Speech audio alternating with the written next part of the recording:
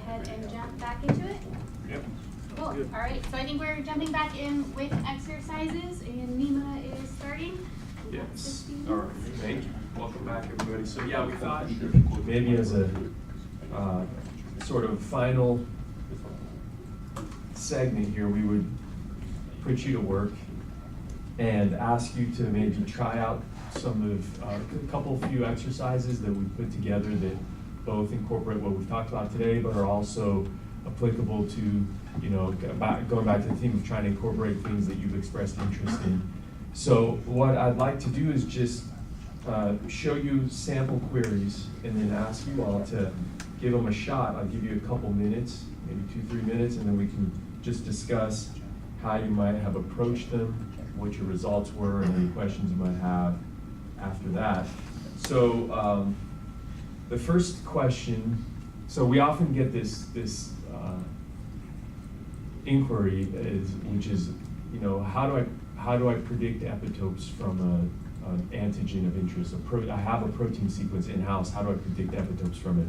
And then we jokingly say that you don't do that. The first step is you always query the database, and the crew tomorrow, the BN T cell tools crew will kind of reinforce that they always recommend to look for experimentally validated data on any antigen, especially if you have a case where you have a known protein and you just want to find what's known from it, what's been studied.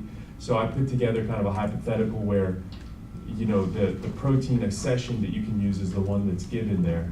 So if you want to reference a sequence, it's kind of manageable. And if your query was just to know what's housed in the IEDB about this, kind of agnostic of T cell, B cell, just a whole lot of data. So you're basically doing a sequence search. Give that one a shot, and then I'll run through it with you in like 2 minutes, if you don't mind. We can talk about it more at that point.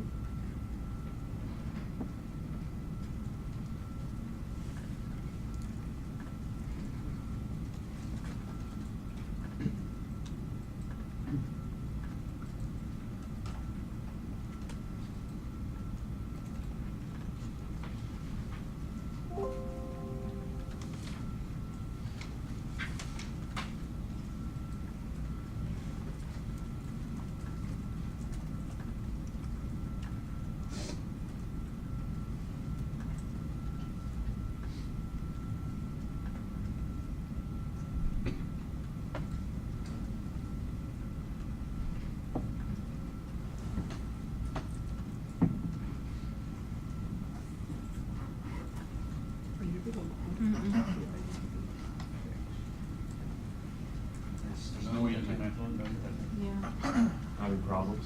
Yeah. No internet. Oh, really? Well, not much. Okay. It's the Wi-Fi. The Wi-Fi's not working.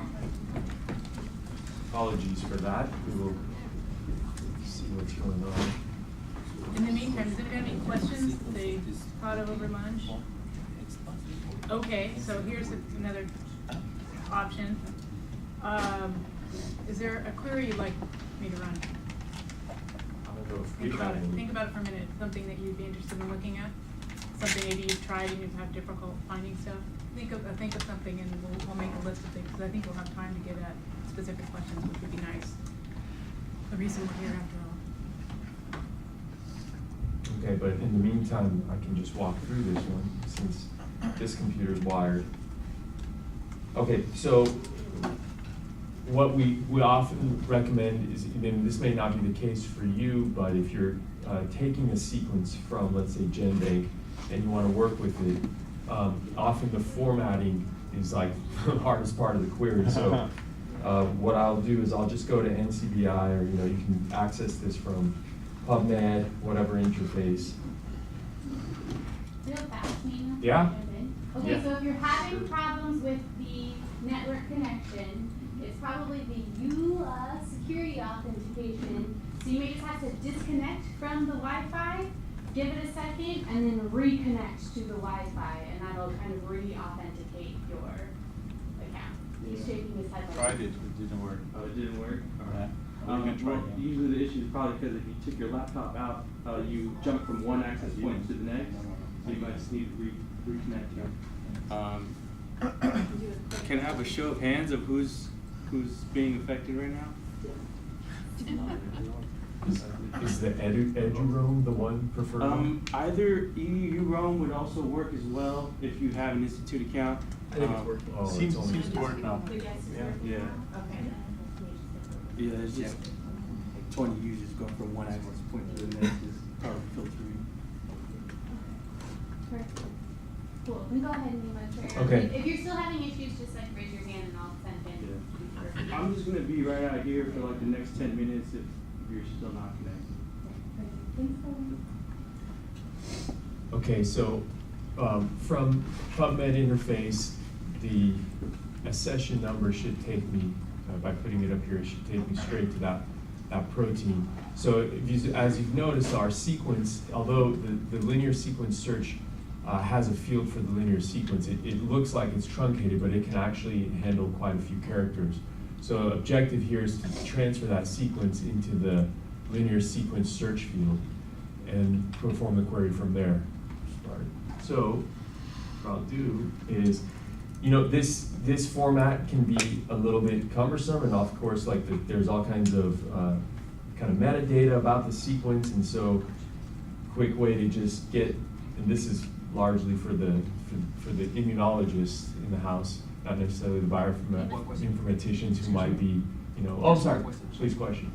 If you put the accession number in antigen, you can actually be In IEDB. Yeah. So this You is go to true in antigen, this, in here. Yeah. Yeah. Good point. So you're right, and if we have data for it, you're right, it can just kind of pull it. What I wanted to sort of show is if you had like a custom, right, your own sequence. So in this case, I just want to have but yes, thank you. You can actually search by accession numbers in that field as well. So I'll take this sequence and paste it in. And then I think Carrie touched on this briefly earlier, the drop-down values. And I think we did a brief discussion about the different BLAST values and how that's performed. So the other options are exact, which is not a good option in this case. You know, we're searching for protein. So substring is the best option, and what substring does is it basically asks what epitopes or peptides in the database are substrings of your sequence. So it's essentially substring 100% matches, and those could be of any length. So this is a good starting point. By clicking that, again, any other parameter is fair game, but just because we're going for the spirit of just casting a broad net, shows you kind of what that you get, you know, good number of assays, 268, is that what you're getting? Epitopes? So that's kind of one example. Again, fairly simple, but a common query. It comes up a lot. People will ask us. The one kind of word of caution there is that if you do input your own sequence, you want to make sure that in some way you view the whole thing and make sure there are no formatting issues like spaces. For example, copying it straight out of the GenBank entry, oftentimes there are like hard carriage returns and such, or spaces get inserted, and then that will kind of skew the query results. So that's that one. And then the second one is more of a challenge for you all to see kind of what you took from our earlier discussions. If you were asked, slide, if you have this objective, at least as a starting point to your queries, essentially, if you're interested in looking at binding data versus elution data, how would you approach that? And at this point, again, casting a broad net, if we just want everything, where's your starting point to see what is available as far as characterized binding data for 0201 versus elution? Any thoughts? Please. You go into the Finder? Finders are good, exactly, yes. So this is, again, just to reiterate that because we've clustered this data, binding and, should actually go back to the, since we've clustered the data together, if you would like to uncouple them or look at only one or the other, a good place to start would be the Finder, because this MHC ligand elution assays encompasses both. So by merely choosing this, you won't get that differentiation in your query, but if you go to the Finder, because you have the power of the tree, you can see that under the ligand node, they are both represented as separate branches. So in the case that you are interested in binding data only, you could select that, and then of course, you know, the likelihood that you want the whole set of binding data is there, but it's probably not what you would do in this situation. You might want to, you know, export the database and look at the binding assays. But if you were looking for other parameters and only wanted the binding data with respect to those parameters, you could define those and then just choose the MHC elution or binding tab. And then you can be certain that the assays you get, although you'll still only have one tab that says MHC ligand assays, all of these will be binding assays. So their elution is extracted from there. So any questions about those two? You kind of did your homework there on the second one, because I know we're still getting up and running on the connectivity. All good? All right, Carrie's gonna give you some more exercises. Are you ready, Carrie? Yeah. All right, turn it over to her. This one, Yes, one suggestion. Can you go back of course, to the search that you did? yes. Okay, so, yeah. No, the elution, please. Or you want rather Yeah. have elution? Sure. Okay, don't go. Yeah, elution, yeah. Would you like me to select it or Yeah, expand it? please. Yeah, extend it. Extend, yeah. So my point is, you know, that many people are not familiar with, or they don't need to be familiar with ethno degradation, Yes. T-cell recognition, coelution. So it should be like, an interrogation mark, so that you can readily know what's the difference between them. You see what I mean? Because I don't know. So the suggestion, good suggestion here was that to distinguish better for Yeah. the user, maybe with I think you suggested question marks. Like what we've been doing Yes, throughout the yes, site. yes. That's a great idea. So we do have these assays defined. I don't know where, does anybody know off the top where they are? So there are links, I'm sure, here where you can get, we have in our curation manual a fairly, I mean, there may not be as specific as those. That they are there. But it would be nice, you know, like. And quick access, Yeah. yeah, very, very good point. And also, because you can link so readily to the paper, by clicking on the PubMed, Yeah, you but can if you read need the to go to papers. the paper and everything is faster, if you click on it, you see an interrogation mark, the pop-up menu and tell you what Yeah, else. that's a Yeah. good point. Yeah. Duly noted. Like a pop-up that Yeah. just gives a brief. I have a question. Please. It's not actually this data set, but you had shown a previous data set where you have positive, high, intermediate, low. So I'm just wondering about those designations, if those designations come from the actual publication, or if there's some kind of frame of reference that you're using to apply those designations. Good question, yes. So the question was for the positive, intermediate, positive, high, positive, low, qualitative characterizations of the assay responses, whether those come from the manuscript or from some other source. The answer is that they come from the manuscript. Most of the cases those are used are in quantitative, where there is an accompanying quantitative value. For example, with binding data, Yeah. where the thresholds are either clearly distinguished by the authors of the paper, so we basically adhere to those. There may be some rare cases, curators can jump in on this, where we would make the subjective call. It may not be explicitly stated as such, but they may give like statistical cutoffs, and we might choose to characterize it as such. Anybody have any specifics that you can think of? It's usually when the author says these were very very low level reactivity, and this was really high. Like the author usually calls it out as low and high. But it could be an ELISA, it could be any type of assay. Any They type have of to assay. kind of make a point of it. So Right. a good example, I think, is like when they do like peptide arrays and they screen antibodies against them, and you really don't know. You have some kind of binding signal, so it kind of binds, but you feel bad calling it this is a binder because like you have nearly all peptides are then suddenly binders. So Yeah, and maybe you know, they have a line somewhere, and they seem to imply that that's high and the other's low. It's hard. it's hard, and part of the, I think, benefit of having a human looking at that is that you can interpret it logically without overexerting kind of your opinion on it, but looking at the control. But again, the go-to is always to try to not interpret, but reflect the author's intent. But that's a great question. And by the way, in most of I think in all cases, if you select positive, you will get all of the positive subtypes, intermediate, by default. So it's only in cases that you want only one of those, you can select one, right? So it's kind of it's got its own sort of high level positive with the other ones beneath. So you don't exclude those from a positive search. Others, anything else? I'll turn it over to Carrie, thank you.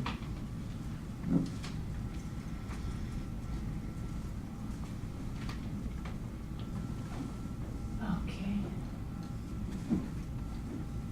So I'm going to take you through just a couple of examples that I think might be of interest to you. One of them would be sometimes, and I know we do have several people who are interested in B-cell activity and predicting B-cell epitopes. So I'm going to show you how you can look up, sometimes you have a monoclonal of interest and you want to be able to look up that data by name. So you can come here to the specialized search menu and click on B-cell assay details. And this is similar fields that the same fields you saw this morning when Nima took you through the specialized search. I'm going to go down here to the assay where the details of the antibody reside. I'm going to open up the details for that, and I'm going to come here, and as an example, I'm going to type in this commercial, or this very well-known monoclonal antibody for RSV, respiratory syncytial virus. Hopefully I spelled it correctly. The naming of monoclonals is kind of crazy sometimes. So I'm going to run that search.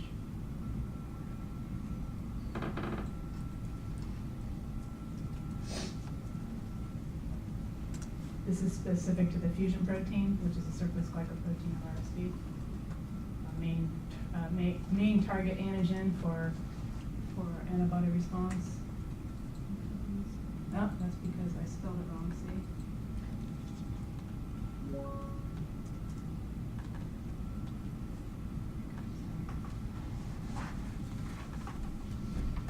Monoclonal antibody, there we go. Okay, so here you can see the hits you get for that. So this brings up another important thing, and this is very data specific, or data general, I don't know how best to put it. So this data is mapping to the fusion protein, as I mentioned, which is the surface glycoprotein, and one of the major targets of neutralizing antibody, as well as CTL response. But in this case, we're looking at antibody responses. So this is a very specific monoclonal antibody that's been very well characterized. There's dozens of not dozens, but there's many crystal structures of this. It's very well analyzed. But you'll see here, there's 10 epitopes defined for this monoclonal antibody. That's because different papers over the course of time have defined the epitope to a different degree. So early papers defined a linear epitope, whereas subsequent papers, probably if we looked at the dates on this, were able to define actually the conformational epitope by using loss of function assays. So if you see this, don't be alarmed. This is quite normal that you would see in the literature, because this is representing the data from the literature as it's been captured over time, because we go back to when they started characterizing this monoclonal antibody. So that gives you an idea for that. So that's with a very minimum amount of information, you can get at the details of that particular thing. And again, you can look at the data there. You can also look at the assays here, sort for crystal structures. And see here, you can look at that. So similar as I did before, you can look at the details by pulling up that 3D structure. And of course, if you find that structure of interest, you can, as I showed you before, go to the detail page, and it shows you the data for that particular epitope defined, and it shows you the assays associated with that. All right, so that again shows you our epitope summary pages and how very quickly you can get a snapshot of everything associated with that epitope. Okay, any questions there?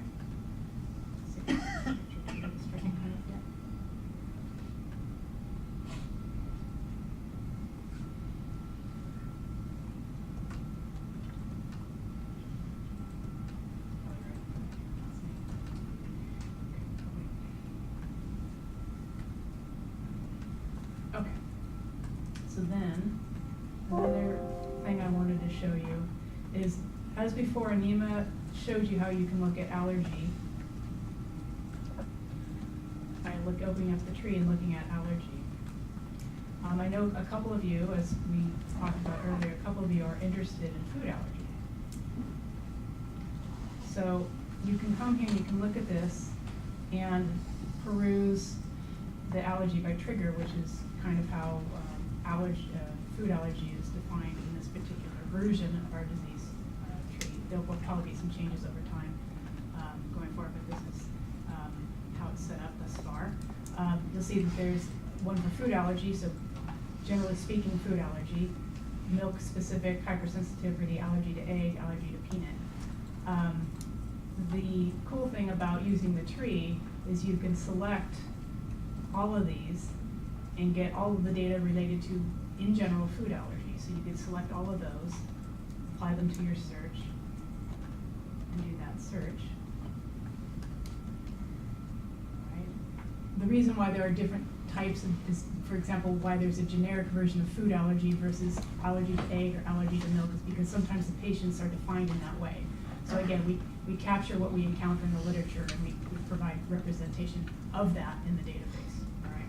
But because you can search all and then look more specifically, that it still allows you to get at the information you're interested in without losing some, all right? So this is the data for that, so you can see we have a pretty decent amount of epitope data related to food allergy.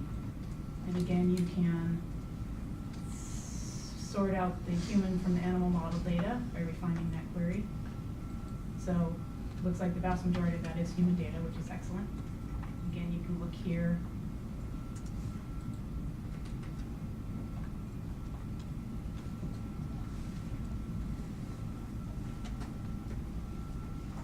I'm hoping to be able to show you a particular type of assay. Show itself. Okay. So again, you can look here, the relative abundance of B cell assays versus T cell assays, and you can look at those individually. Let's look at T cell assays. Let's see. There's multiple data.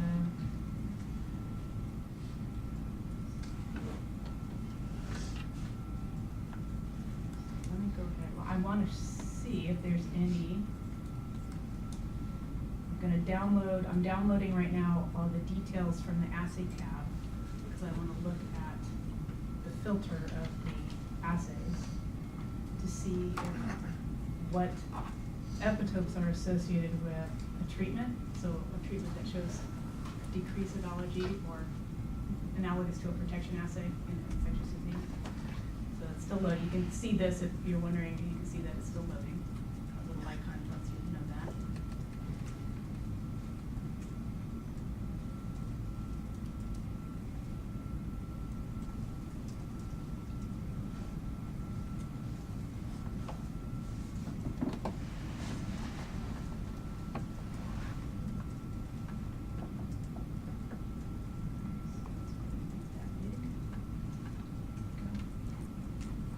Same thing, I'm going to tell the Excel spreadsheet to allow me to filter data. So I'm going to scroll through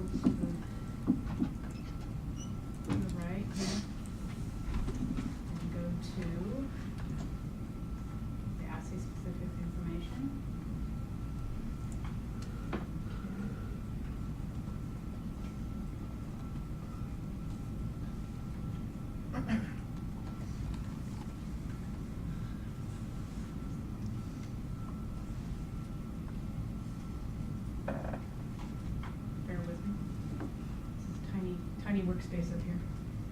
All right, so we can see there aren't any of the particular assays I was interested in looking at, but we can see what else is there in it. Very clear. There's activation, proliferation, so you can look at that. Let's see, I'm going to minimize this.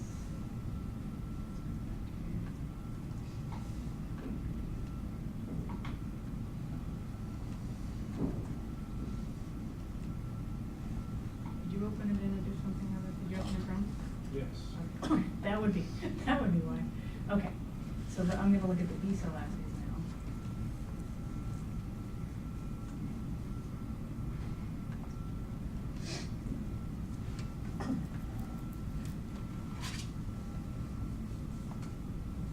You can page through. We haven't actually demonstrated the paging through, not that that's a particularly exciting feature, but just to give you an idea of the functionality.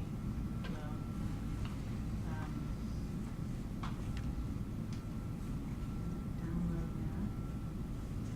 Actually, let's do this instead of doing it that way. That's one way to do it. Let's go here.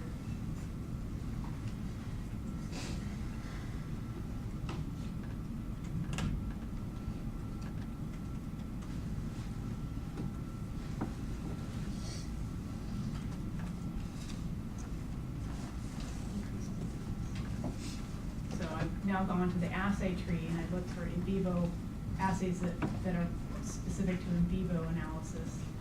And I'm going to add that to my list. See if there were any associated with decreased disease. And there were not, sadly. But you get the idea, that's the way you can go through that.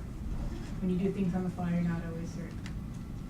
All right, any questions related to allergy and doing searches? Okay. All right, so another good example that I'd like to run. Actually, before I do that, I'll do a more simplistic one. So for those of you who are interested in cancer but understand fully our caveats to our cancer details, I'm going to do a detailed search. All right, so this is epitope details on the specialized search in a drop-down menu here. So I've opened that up, and I'm going to go here to related object, and I'm going to say, show me how many the extent of our neoepitopes today. These would be neoepitopes that would have been captured in the course of ligand elution, so elution from MHC and mass spec data. Excuse me, can you do it again? Yeah, sure, absolutely. Yeah, so you tab over the episode from here, so epitope details. So click that, and you'll get these two panes here, or search boxes. Then you'll come down to epitope related object. That's an ontological term. It's our relationship that we talked about. And then I came to this menu that says what related object, and clicked on that, and I selected neoepitope. With me? Good, all right, yeah. So we can see to date there are 153, and these come from both human and mouse proteins, as you can see here. And you can look at the details of these here. So I hit the funnel to show me just the human ones.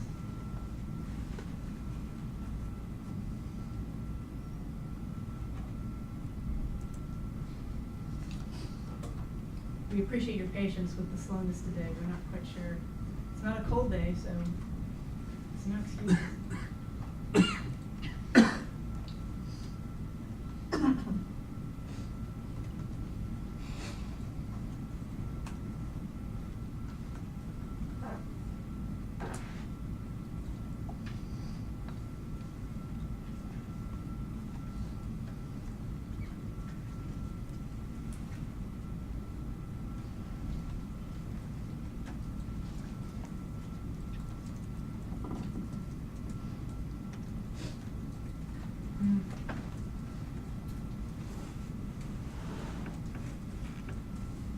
Okay, well, basically what I was going to demonstrate to you is just you could funnel on the human peptides and look at those, and again, look at the papers and see what circumstances, occurrence of cancer.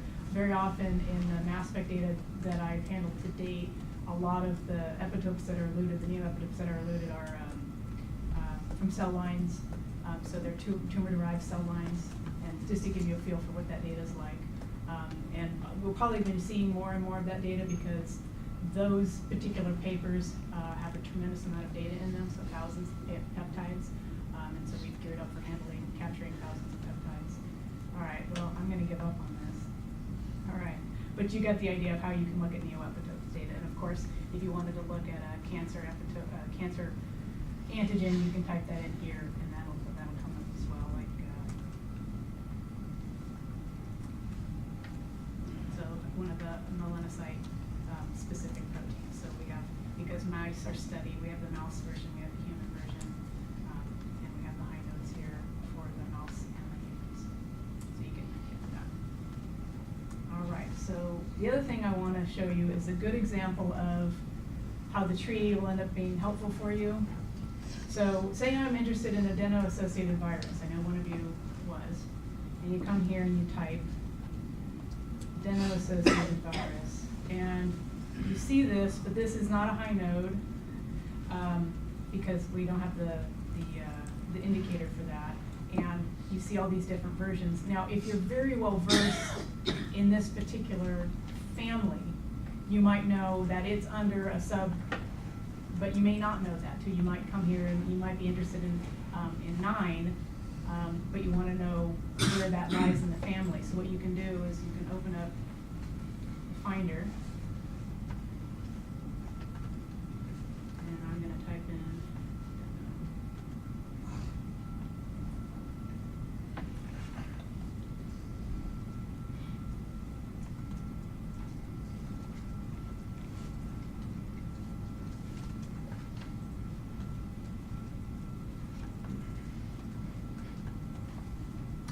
so I'm going to type in the one that I'm familiar with, maybe one that I've seen, and I'm going to say highlight in tree.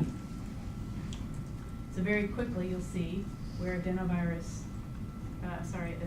adeno-associated virus 9 falls in the big scheme. So under the family of Parviviridae, it's a dependent-virus A, and under that is types 1, 2, and 4, and AAV9 is under 4.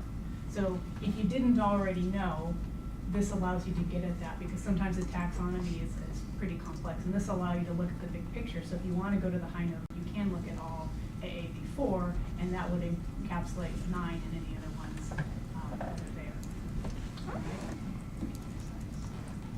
All right, so I think you have another one. Okay, all right, so now we're gonna give you your homework. So we have a couple for you. Get rid of this. And you don't have to participate, but if you want to, you can. Okay, so these are the questions we have. You can do one at a time. All right, so we'll do one, and as soon as I see the high sign from people, I'll stop and we'll go through that, and then we'll do the other two in the same fashion. So just take your time, and as soon as I see most people looking up, I'll give it a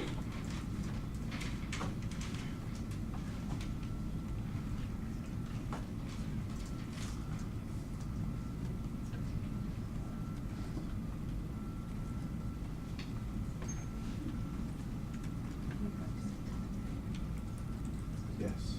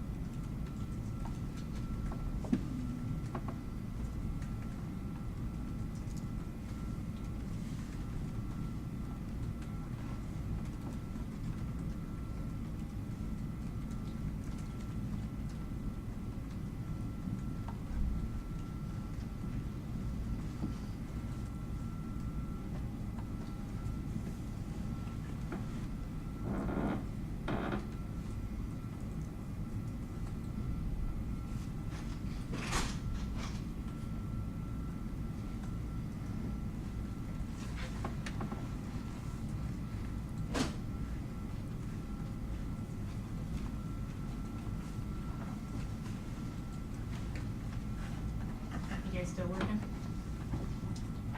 You can delve into it if you're ready.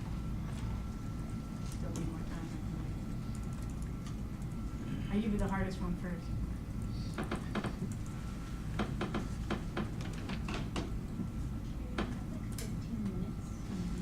Yeah. Okay. All right. So this one's easy and it's hard. Let's see.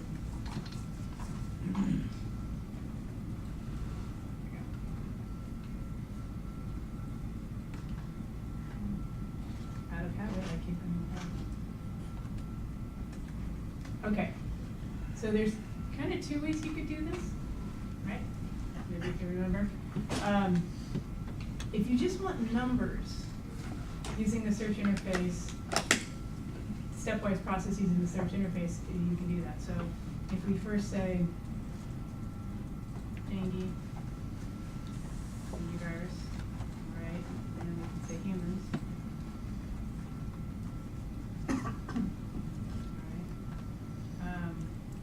But we want to know about monoclonal antibodies, let me say that more clearly, monoclonal antibodies specifically and a type of assay specifically. And we know that monoclonal antibodies are the purview of a specialized search. So if we switch to specialized search,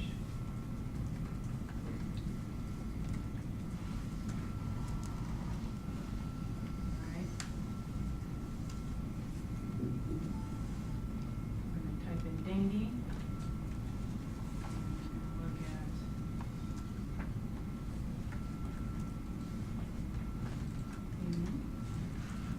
sorry, I'm going too fast. So dengue is the organism from which the epitope comes.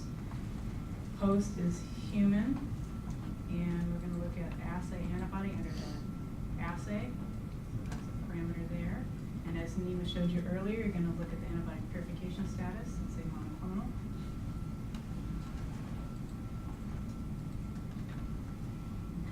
And you run that search and you get 119 monoclonal antibodies described in the context of human response to dengue. And this is all dengue. All right. So now you're interested in whether or not there's any protective responses. And what you can do is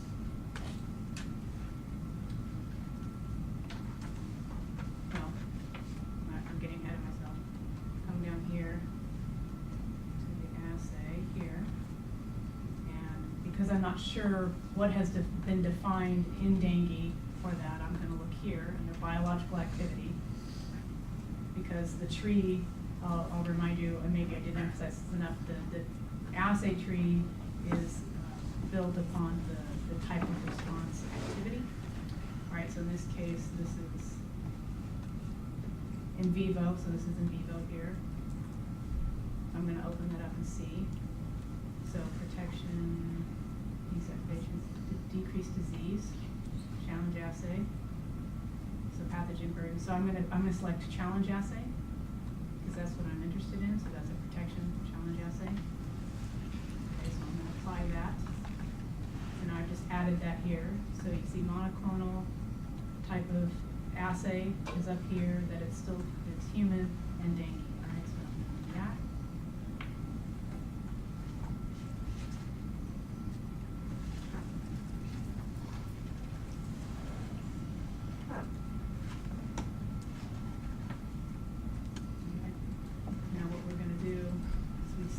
None for human as host. So we'll take human as host off. And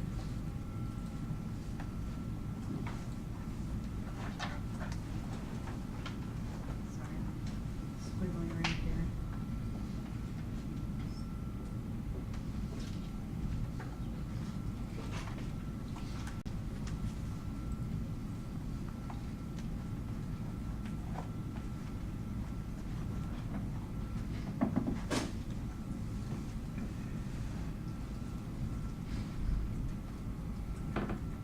So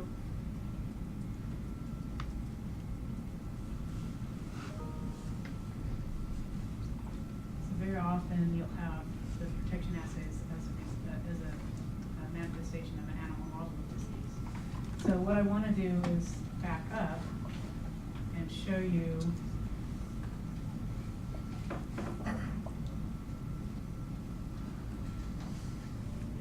a simpler way to do this. So if we were instead to just look at dengue virus in humans and run that query, you can then, because if you know you're going to have multiple questions in an area, so human responses to dengue, you know you're going to have multiple questions, maybe doing individual queries is not necessarily the way to go, because you can get befuddling.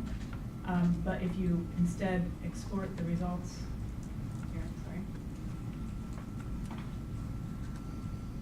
you can do the same exact thing in the spreadsheet that I just did. But the nice thing about having it this way is that you have everything so you can change what you want to look at without redoing the query. All right, so I've now hit filter on my Excel. I'm going to, there's no visible bar in here. So now this is all T-cell response in humans. I'm sorry, this is all response in humans. Let me back up.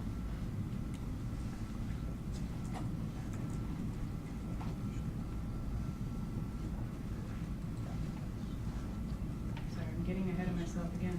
Forgive me. All right. So we're looking at the B-cell tab. This goes to show you even standing up in front of people, and even if you've done this 100 times, you still can. So I downloaded the wrong tab. I'm looking for monoclonal antibodies, and I downloaded out of habit the first one, which was T-cell, and I needed to click on B-cell to download the B-cell information. Here it is. Sorry about that. Forgive me. All right.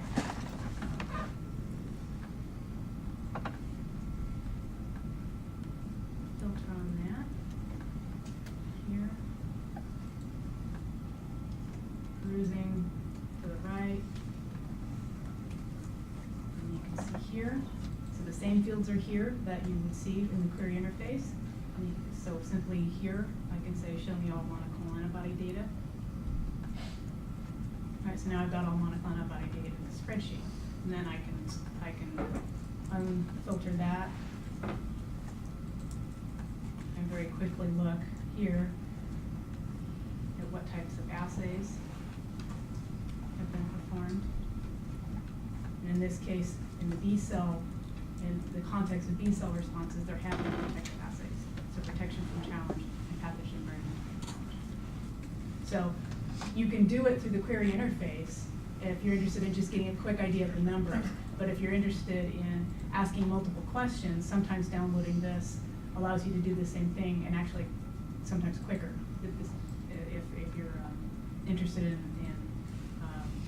getting at the data and having the peptides ready to go in spreadsheet format. Any questions?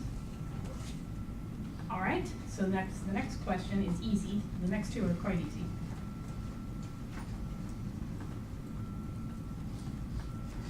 All right, so what epitopes have been defined for peanut?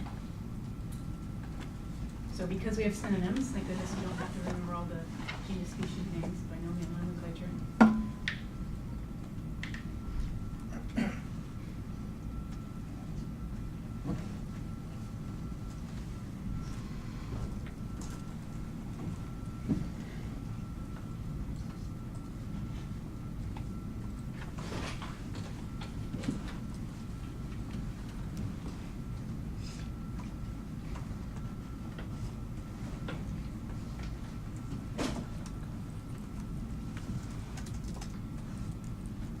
Of course, if you knew what protein from peanut you were interested in, you can simply type that in as well.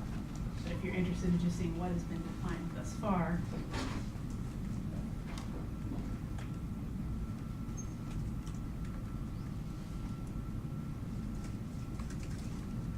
so that is a goodly amount of data. So 700 epitopes.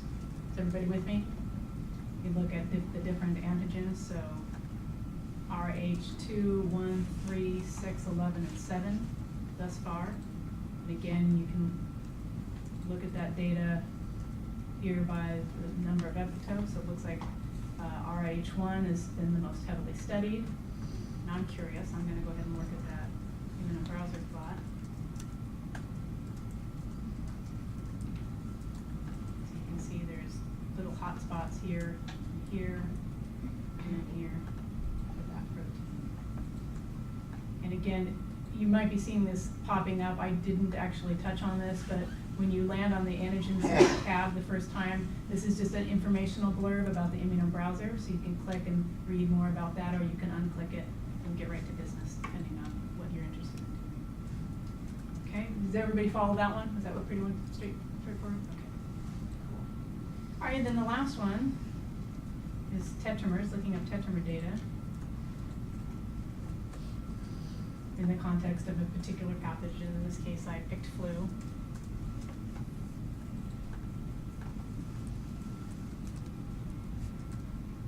A lot of times when you have a question about what you're looking for in the database, and either you're writing it out in your mind, or it's you're writing it out, you can kind of break the sentence down into, okay, what fields am I going to need? Dengue, organism, host, human. This is an assay type thing. So you can quickly, you learn to just do that intuitively, break it down into what fields am I going to need to get at this question. Everybody good? All right. This one's easy. Should be no trouble. All right. So influenza. Okay. And we can come here.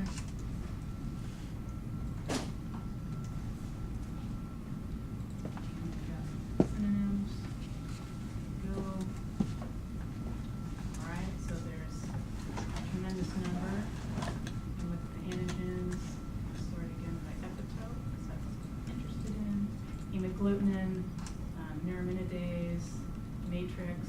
So some of the more, the matrix being one of the more conserved targets for using as a reagent would be probably important. So those are several things that are kind of immunological. And then of course you can look very specifically at ones that have been defined in humans. So the 400 will go to here. So that's the vast majority are human. That's excellent. All right, and of course the receptor data associated with those tetramers, papers. So that gives you an idea. And again, you can look at, it is interesting, I am interested in seeing where most of the tetramers are landing on HA, so I'm going to do the immunobrowser plot for that. So it's aggregating all the different disparate lab group tetramers. So we can see that data here. So there's response frequency. So there's a couple of really good areas here. Dominant areas, I should say.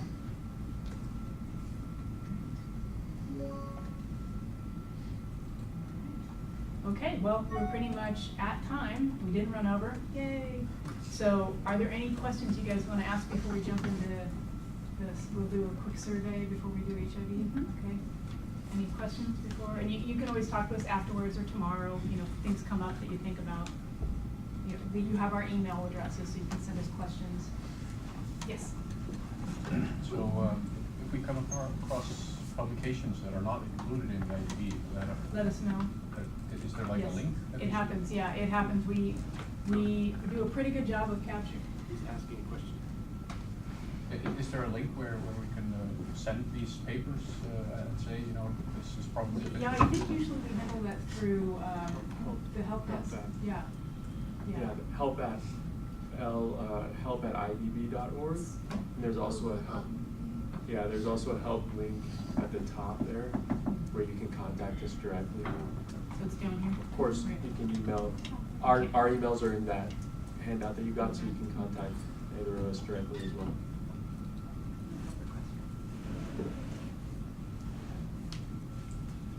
My goodness, it is slow. Yes, thank you for asking that question, and I'm sorry to be to talk over you. This is very loud. It happens that we do, and we actually we'll write a paper, and we'll do an analysis, and we'll reach out to the community and say, are there any papers that we're missing? Because sometimes we miss papers, and so we do want to know about that, so please always let us know if you see a publication. Sometimes it's just we haven't gotten to it yet, and it's in our pipeline, but other times we've missed it altogether, so thank you for asking that question. Okay. All right.